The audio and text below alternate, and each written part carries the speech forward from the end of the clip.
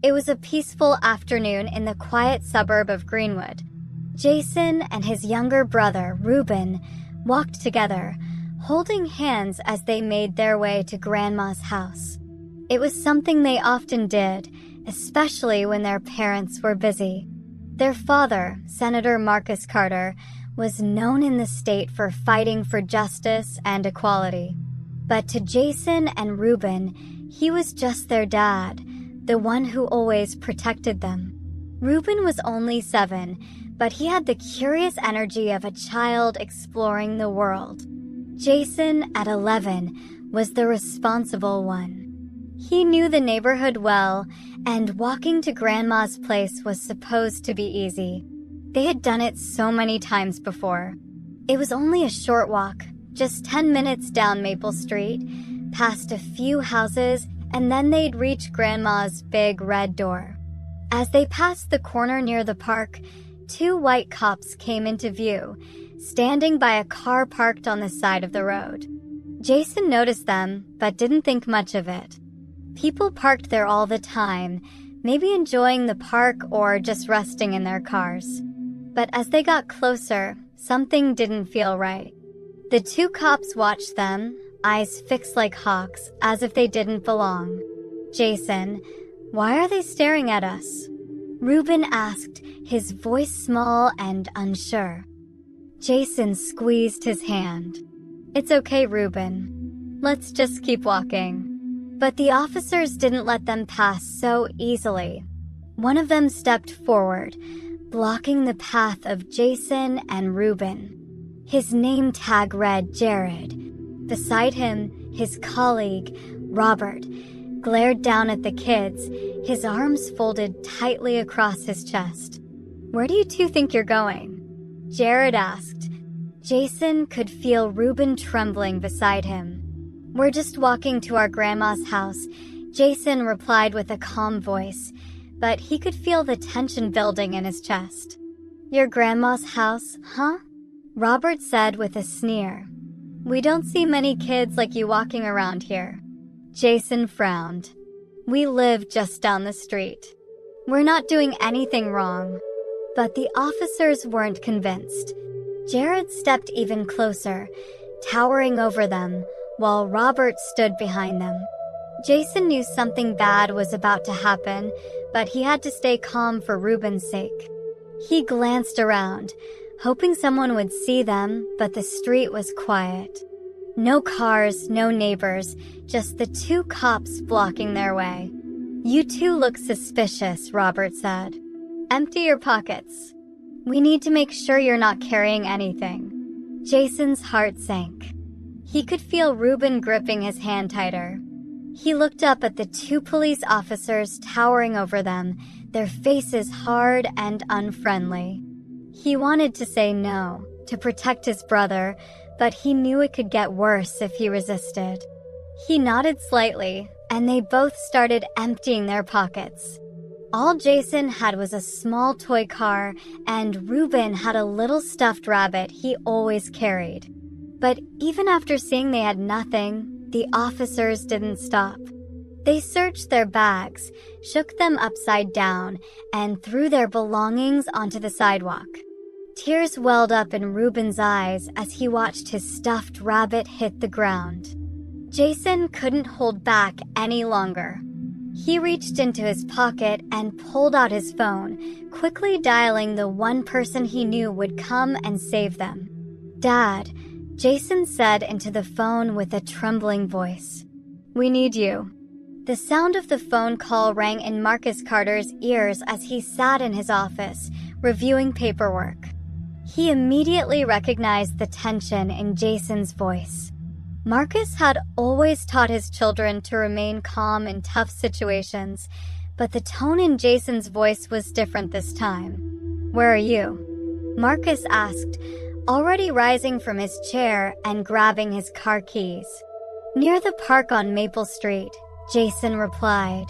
"2 police officers stopped us. They're searching our bags." Marcus didn't need to hear more.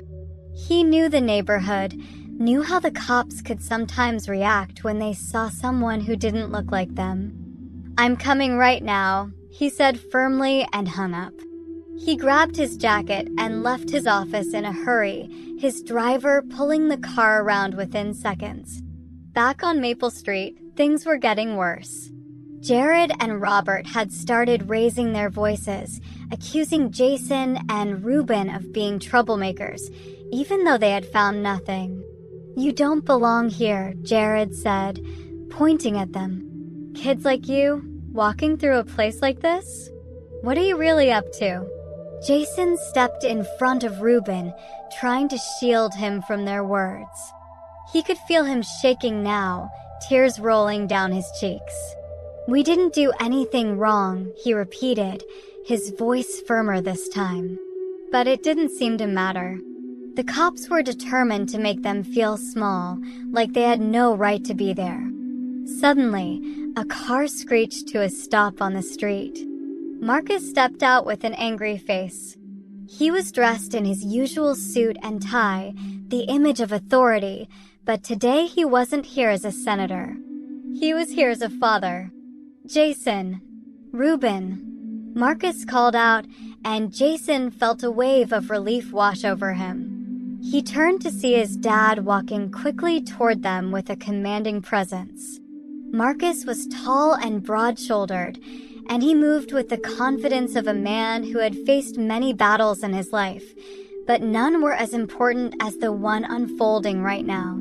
The two cops turned to face Marcus, surprised by how quickly he had arrived. They didn't know who he was, but they could sense the authority in his tone. "What is going on here?" Marcus asked with an unmistakable power. He walked past the cops and pulled his children close to him. He could see the fear in Reuben's eyes, the anger in Jason's. "We were just making sure these kids weren't causing any trouble," Jared said defensively, backing away slightly.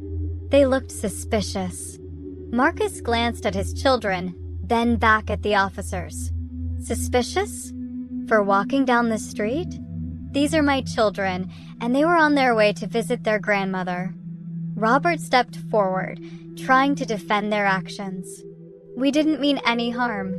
We were just doing our job, sir." "You thought wrong," Marcus interrupted. "You had no right to stop them, no right to search them, and certainly no right to intimidate them." As Marcus spoke, something changed in the air. The cops, who had been so confident moments before, now looked uncertain, even nervous. They hadn't expected someone like Marcus to show up. They hadn't expected justice to come so swiftly. Marcus pulled out his phone and made another call. Within minutes, 2 police cars arrived on the scene. The officers stepped out, and Marcus quickly explained the situation. Jared and Robert tried to defend themselves again, but the officers weren't interested in their excuses. It didn't take long before the police placed Jared and Robert in handcuffs, charging them for harassment and unlawful search. Justice had come, and it came fast. Jason watched as the 2 cops were led away, feeling a strange mix of emotions, relief, and gratitude. He looked up at his father, who smiled down at him. "You did the right thing by calling me, son," Marcus said, pulling him into a hug. "I'm proud of you." Reuben held onto his stuffed rabbit tightly, still a little shaken, but he knew that with his dad around, everything would be okay.